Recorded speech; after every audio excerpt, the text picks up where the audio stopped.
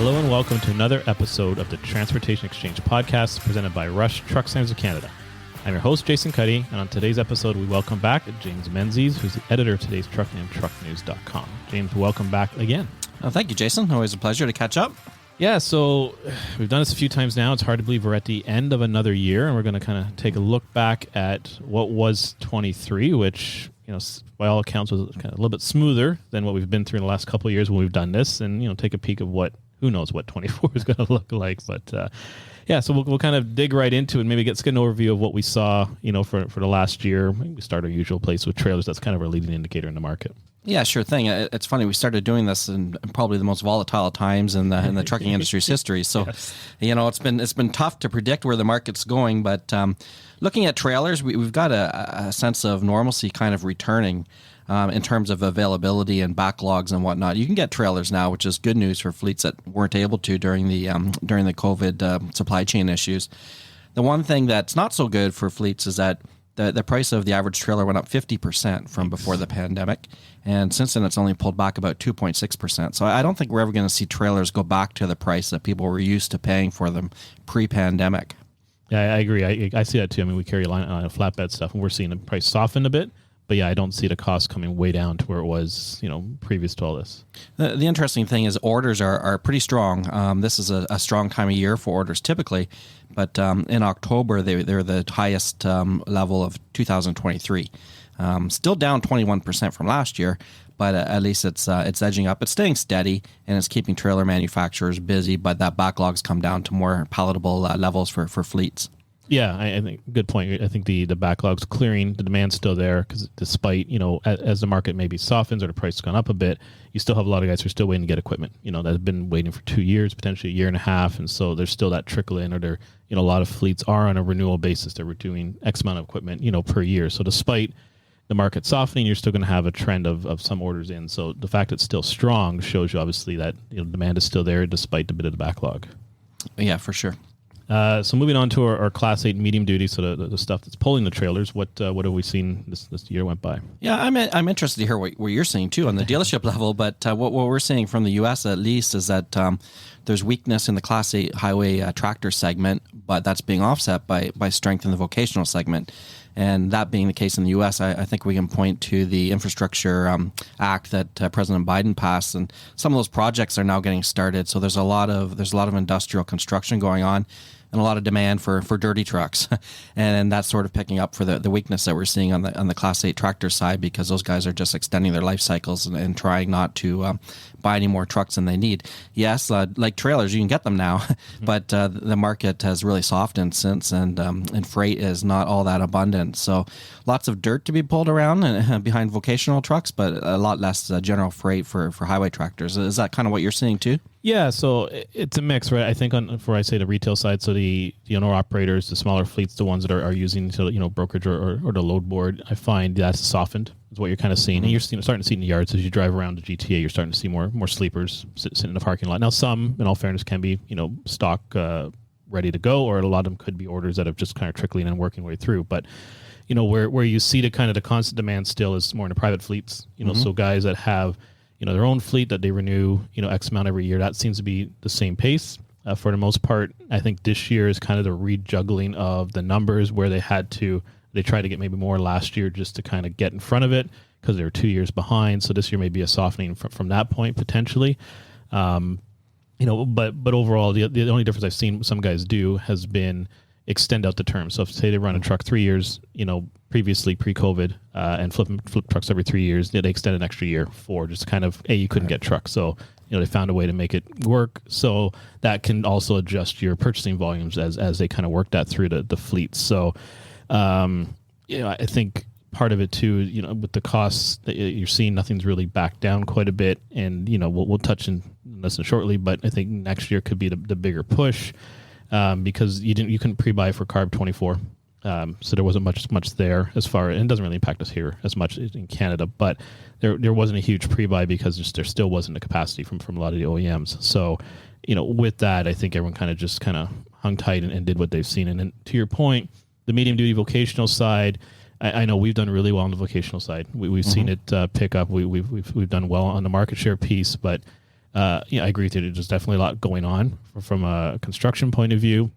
And we've made some inroads, but I definitely see there's been an uptick when stuff comes in. As far as any stock we have, it's gone fairly quickly, which is great. And in the medium duty side, that's usually more your private 1 to 4 truck fleets. For the most part, you do have some larger ones, and that just kind of has been, I'd say steady. I haven't seen anything kind of up or down. It really depends on, like who's purchasing, but what I'm seeing is, customers are getting in front, getting their orders in, and kind of keep going. There hasn't really been much of a softening. The demand's there. Plus, there's still some production issues across the different OEMs of hitting some of those targets as well. Mm-hmm. And you mentioned private fleets, and that's another trend that we were seeing in the States.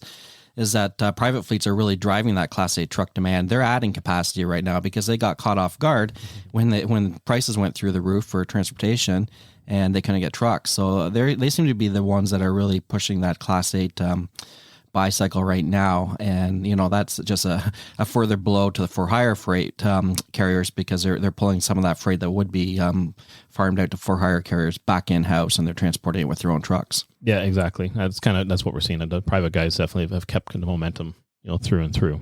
On Tide with Audit, so we talked about, we're still seeing supply chain challenges. Definitely nothing what it was 2 years ago, 3 years ago when we started this, but you seem to solve one problem and 2 other leak up. What are you hearing industry wise as far as the current supply chain challenges with production? A lot better, as you said, than they were. That's for sure, and that's just not just in trucking, but in retail as well. Inventories were out of whack, right? And part of the problem this year was there wasn't a lot of freight to move because warehouses were full of goods, and not always the right goods either. So that seems to be normalizing now, and as we go through this holiday season, as we finish up this holiday season, they should be able to start restocking inventories again at a healthy level next year, which will be good for freight volumes. In terms of the trucks, I mean, your fingers on the pulse of that more than mine. But I hear from fleets, and I hear in their earnings calls and whatnot that they're able to get the equipment they need. They're pretty much caught up now on refreshing the fleet. No longer having to run trucks for 5-6 years that they would have liked to have flipped after 3 years. And it's just allowed them to become a little more predictive again and normalized their operations. So that's better. As you say, there's still issues that could pop up at any time, but for the most part, it seems like order cycles have sort of normalized. Yeah, I'd say so. I mean, from what we see, the only challenges you see pop up now is if it's a single source component, where kind of everyone goes to the same manufacturer.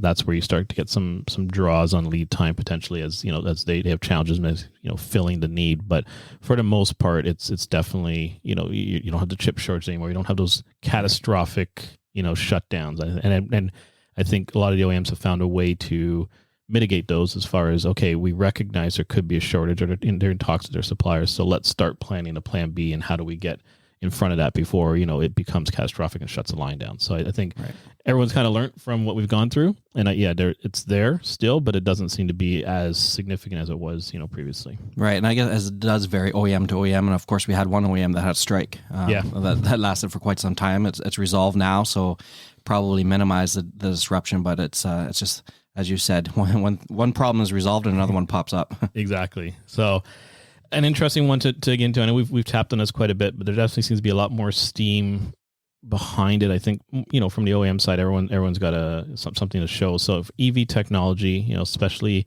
Class 8, has always been the big name, but I think everyone's starting to recognize the medium duty world, and that final mile delivery is really where the sweet spot is for the EVs. What are you seeing as far as just a trend in purchasing or interest in those topics? Yeah, I would agree with you. And I had the chance to drive the EMV up at your guys' place in Mississauga, and what a nice truck to drive. That's just something that it's going to change the occupation for people. So quiet and no wear and tear on the body. It's just you just finish driving your shift and feel a lot more energized and less tired. You don't smell like diesel. I think that's going to be welcomed by people. It's going to open up the doors to a lot of people who wouldn't have considered a job driving trucks. But again, it's the little trucks, it's the medium duty trucks that really make sense right now to electrify. Not the Class 8 trucks, in very few applications anyways. We're seeing a few being purchased and deployed in Quebec and British Columbia, where there's some pretty good provincial incentives, and not so much here in Ontario and other provinces that don't have those provincial incentives. We're starting to hear a little more about hydrogen now, and I think that's good, because I think that's going to be an interesting technology for heavy duty trucks, that need longer distance, that can't spend 5, 6, 7, 8 hours charging, that need to be able to fuel quickly. It's going to give a more diesel-like performance, still zero emissions. And the problem we have there is that we have no fueling infrastructure at all. We're lagging even behind the electric charging stations. But there's talk of putting in one for heavy trucks at Pearson Airport. Right. And there's a network of about 7 that are going in Quebec. And most recently, we heard about some going in at the port of British Columbia. So finally, there's going to be some fueling infrastructure set up, which will allow some fleets to at least dip their toes in the water and try out hydrogen.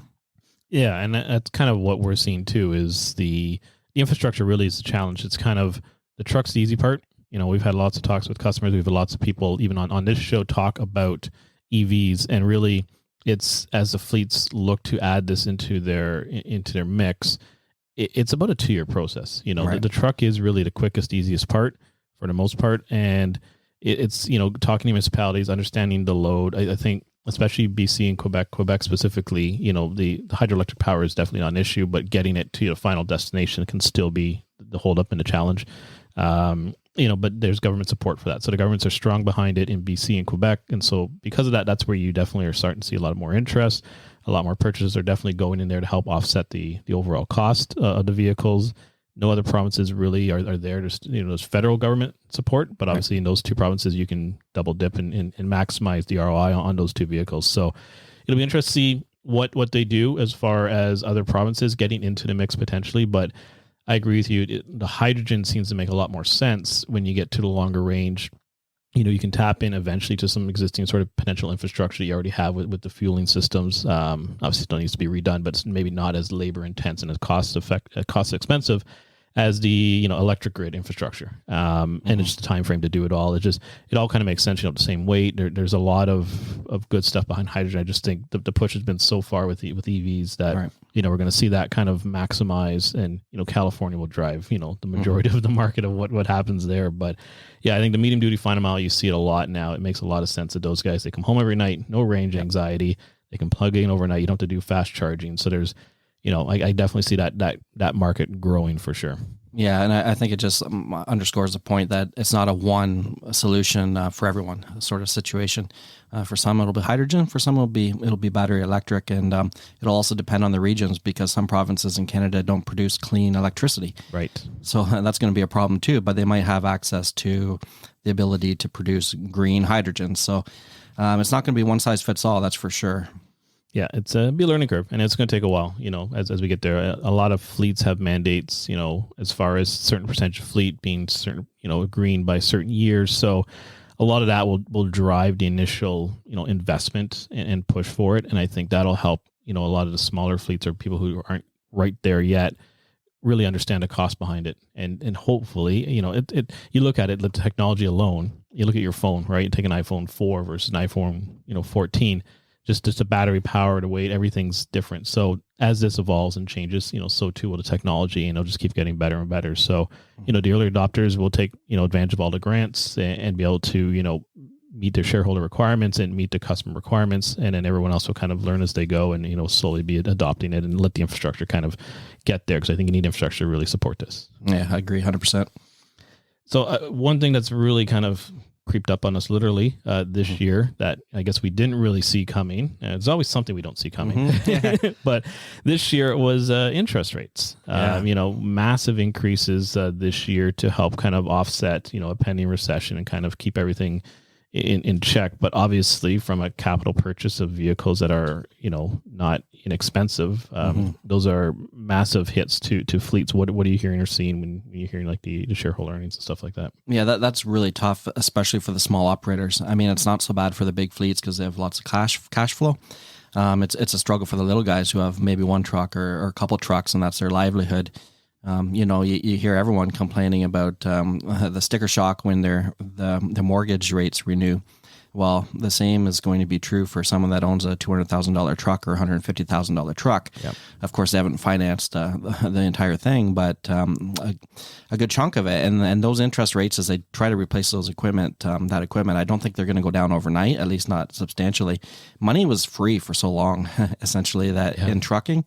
it made it pretty easy to get new equipment, or it made it easy to get land that was going to be used to build terminals and whatnot. That's a whole different game now. And I think that it's going to have a real impact on the little guys, and it'll probably drive some of them out of the business. Yeah, and that's a good point. And I agree. And part of it, it's been a double-edged sword, because you get the sticker shock as the trucks are ready to purchase, obviously, because you're not financing anything until they're on the ground. But, some guys, especially smaller guys, have bought trucks a year and a half, 2 years ago, right? So when they got the initial quote, for the truck is what it is. And if they got a rough quote at the time for finance, it was at, a couple percent. Now you're here to close the deal, and, by the way, it's gone up this much. So whatever you budget is, has gone through the roof. So, you get some sticker shock literally as you're looking to, finally get your new piece of equipment. So yeah, definitely. I say on the smaller fleets, the retail customers, it's been more impactful. And unfortunately, it's just a new norm for the short term, anyways. Hopefully, it's also going to impact mergers and acquisitions. Because if you have to borrow money to acquire a trucking business, it's going to cost you a lot more to do so now, and buyers might be a little more selective, and it might put a little dent in M&A activity. Even though we're going to probably see, if these tough conditions last much longer, a lot of smaller companies looking to get out, a lot of entrepreneurs that have had enough and are nearing retirement and want to sell. Yeah, that's good, because it has been quiet for a little bit in the merger acquisition side. We had a good run there beginning of COVID. I think a lot of it was, guys maybe not wanting to weather through it, and some of the other fleets looking at a chance to get equipment and drivers. So it's a good way of kind of backfilling a big hole. But as you said, with everyone kind of caught up, the equipment's really not a concern. Drivers they can work through that with how they recruit. But the opposite may become true now is, guys maybe looking to sell, versus guys looking to buy per se. So that'll be an interesting swing into 24 and see what rates do to kind of, curb that potentially. Absolutely. So another one, again, we talked about this briefly at the beginning here, but it doesn't directly affect us here in Canada other than the cost of equipment for the most part, but there are some fleets. But what have you heard or seen with the so we're in the first kind of the two big CARB hits. So CARB 24 is for next year, obviously, but anything ordered or coming in will have it. Predominantly it's, if you're going to run into California, these engines need to be CARB compliant. And really the biggest thing is there's a lot of cost tied to it with warranties and whatnot to meet the CARB requirements. So you don't have to necessarily absorb all that cost if you're not running it there. But, what are you seeing for the fleets that do run into California? How is this affecting them? Well, you're going to need someone on staff just to figure out what the regulations are and how to comply with them, because it's really, really complex, and it's not. It's the California has their own rules coming into place faster than everyone else. They will realign with the national standards in 2027, but in the meantime, good luck figuring out what you can and can't bring into California. A portion of each OEM's build is going to have to be zero emissions. Yes. What they sell into the state, there's so many different ways that emissions are going to be measured. And it's not, you'd have to sort of wonder, is it worth continuing to do business with California, because it's become so complex and so expensive. And if you're a long haul trucking company, of course we need our produce out of California, but maybe they have areas set up at the border where they swap trailers, because it doesn't make any sense at all to be running an electric truck from Toronto down to California to pick up a load of strawberries. So that's something that's going to be really, really challenging for fleets, even just to figure out what the regulations are, let alone how to comply with them. And then because of that, there's a lot of talk of, will there be a pre-buy in the end of 2023 so people can get ahead of that first round of the next emission standards. The problem is the OEMs are still busy.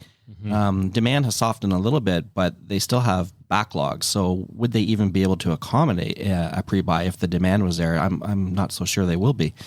So this is a tricky one worth keeping our eye on. And it's not just California, but they are out ahead of everyone else in terms of demanding these zero emissions trucks. And it's going to be especially difficult for those fleets that run California. Yeah, it's I've sat on a couple of seminars, and we've talked to customers about it who are a North American customer and have locations everywhere, and it's your head spinning when it's done as far as understanding the California requirements. And then there's the OEM piece, plus there's obviously the fleet piece, but even if you have a warehouse or depot in California, a certain amount of that has to be, serviced by zero emission vehicles, and you got to map that and monitor that. So yeah, there's a big complexity to it. And on the OEM side, we touched briefly on, the medium duty MVs, for us MVs, other product lines that are electric.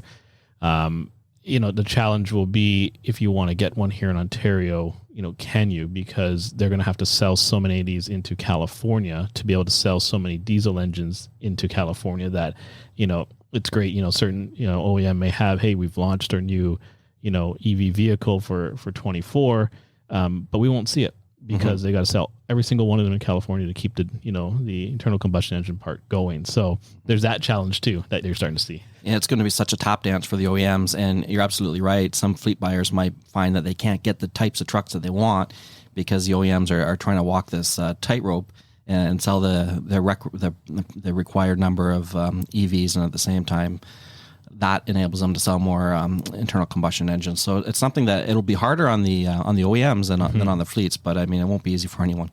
No, it'll be, like I said, it'll be interesting to watch. It'll be a fun one to look at when we touch base in 6 months to see what what came out of that one. So, and going into 24, I know what we've seen and heard is obviously unfortunate. We've lost a massive fleet in the States this year with Yellow going bankrupt. But from a market point of view, that equipment is about to hit the market in the new year, of my understanding. Yeah, and that'll be interesting. I mean, the freight hit the market and it got sucked up instantly. Right. So there wasn't this great rescue for LTL fleets that needed more freight. It just got absorbed.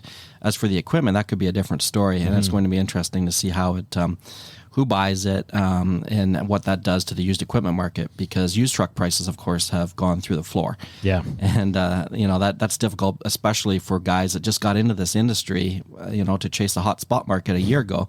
When we were talking in this time a year ago, the market was still coming off some pretty good times. Yep.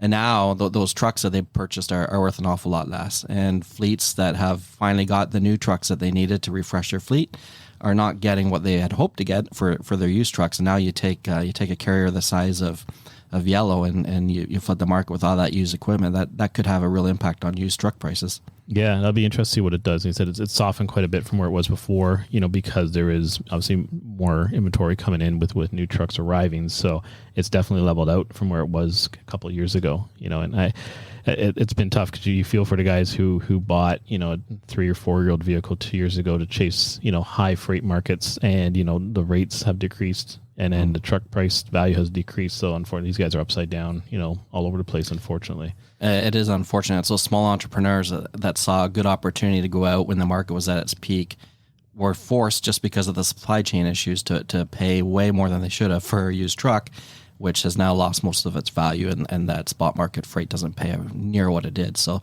what really needs to happen, though, as we get into next year, is a lot of that capacity does have to exit the market. And, right. It's sad to say that, because these are all livelihoods that will be lost. But right now you have too many trucks and not enough freight. And every economist that I've heard talking about the freight market says that we can't expect freight to return to what it was. That was such an abnormal situation when we had COVID and we had everyone stuck at home buying stuff that traveled on trucks because they couldn't go to concerts and they couldn't go out to dinner. Right. That's never going to happen again. So there's not going to be, the industry won't be rescued, as ATA Bob Costello, Chief Economist Bob Costello recently said, by freight demand. It's going to be rescued by carriers going broke and capacity leaving the market. And that's happening. It's happening at record pace. Yeah. But a lot more of that has to happen for this market to get back into balance. Yeah, it's unfortunate. I guess, as we look into 24, it's kind of part of it. What else do you see from an outlook for potentially next year? Well, again, we got to see a lot of that capacity leave the market. And a lot of the people that I follow in terms of the economics say that they expect that to happen throughout the first half, but rates not really recovering until the second half of next year. At the same time, I think we will see an increase in M&A activity. As you said before, it's been quiet. But I think part of the challenge, too, is finding out what's a fleet worth. Because if you're just looking at their last couple of years of revenue and profits, they look pretty darn good. And if you look at the last 6 months to 8 months, it's a whole different story.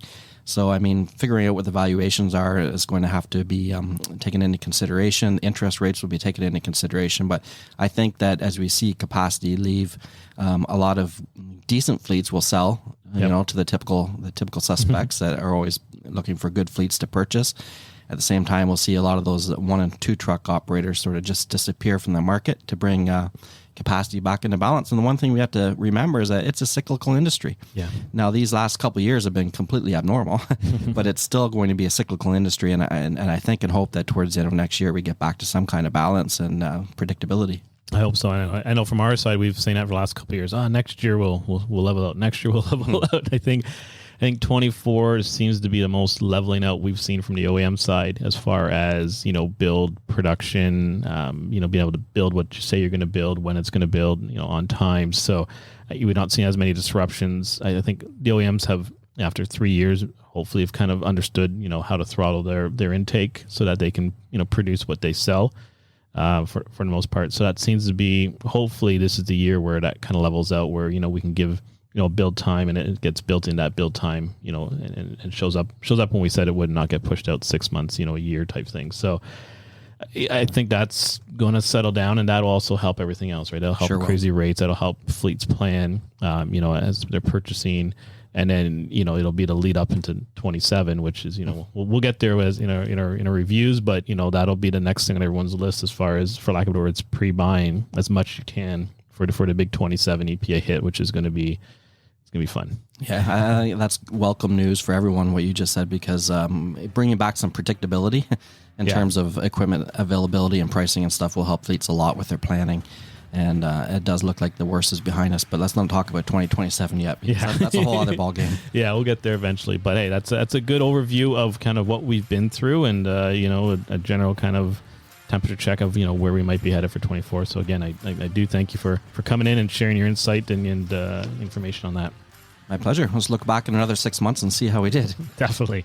Well, that concludes today's episode. I want to thank James from Today's Trucking and Truck News for joining us. And to catch up on past episodes, check out transportationexchangepodcast.ca. Until next time, thanks for listening.